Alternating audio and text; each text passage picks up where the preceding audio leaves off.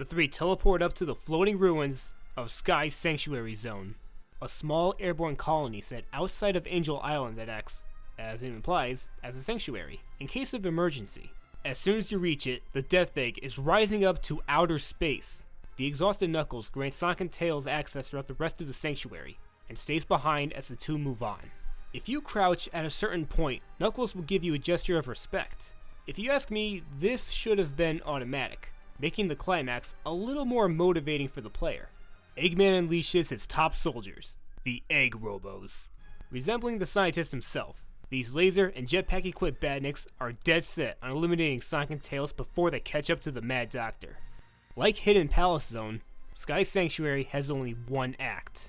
With its fragile bridges and platforms, and layout covered in moss, it shows its age, as the ruins are barely holding up.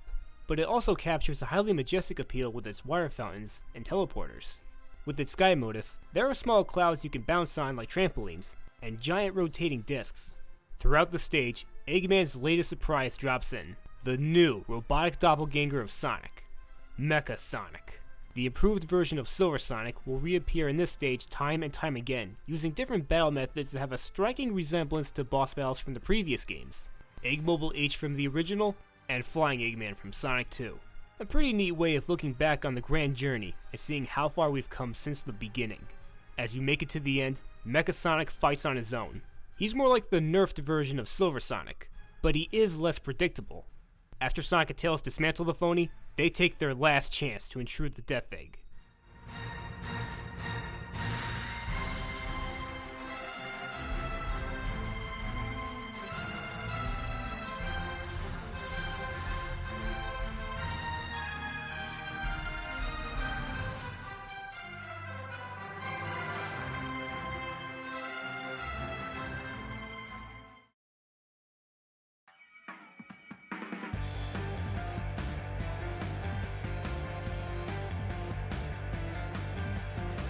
Passing the limit of the skies, we've come to the final stage, Eggman's iconic Death Egg Zone.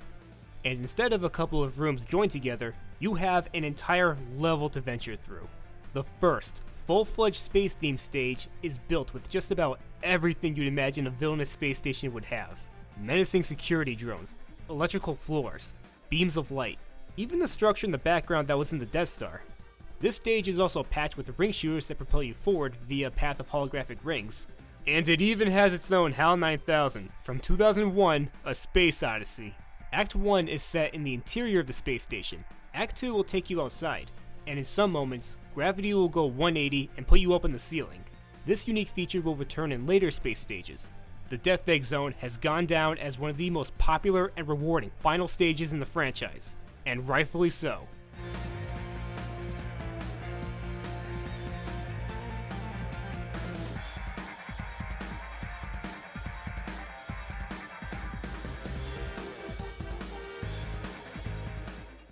After Sonic and Tails catch up to the deceitful Doctor, who can still outrun them, what the hell? He hops into his largest mech yet, Kyodai Eggman Robo. The Death Egg robot doesn't begin to measure up to this monster.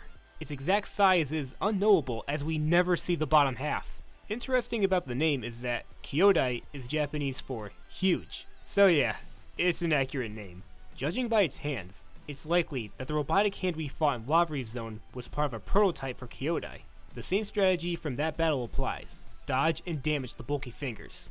But once they're destroyed, Eggman will charge at Sonic and Tails with the laser powered by the Master Emerald. A way of evening the odds as Sonic has used Chaos Emeralds against Eggman before. Now he's the one using power akin to that.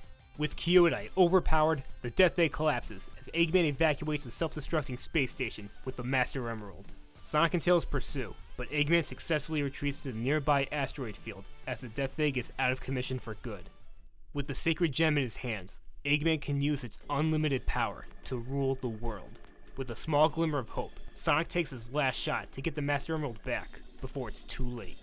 If we don't act now, everyone is doomed.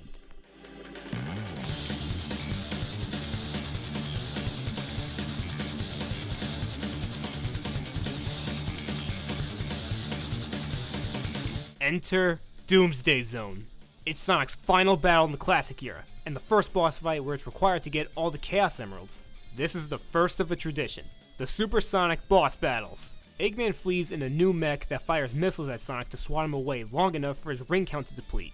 He knows he can't defeat Sonic in his hyper form. His best chance is to avoid the ultra-powered Hedgehog until time runs out. The outer shell of the mech can't be damaged by Hypersonic, similar to his nigh-invincible Hot Mobile. Sonic uses Eggman's tactics against him as he leads the missiles back to the mech itself. With its outer shell destroyed, Eggman's unarmored mech flies like hell away from Sonic as the battle continues. What helps give this battle such grandeur is its foreshadowing.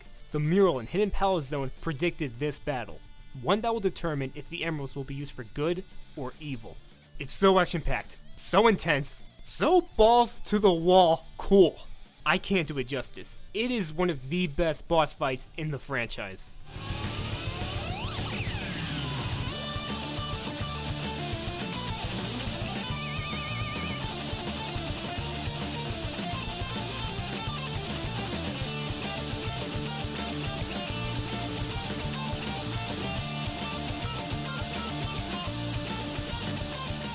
In the end of it all, Sonic overwhelms Eggman's mech and retrieves the Master Emerald from its clutches. Sonic descends to the Earth's surface and regroups with Tails in the tornado. They return the Master Emerald to its altar, and Angel Island has the energy to rise above the clouds once again. Sonic and Tails make their leave as Knuckles watches his new allies off. The credits roll while the two heroes fly away from the island, parallel to how the game started with them traveling to it. During the credits, you get the feeling that Sonic and Tails have grown a little since their adventure commenced, and that is the perfect way to end it. But there's no time to rest just yet.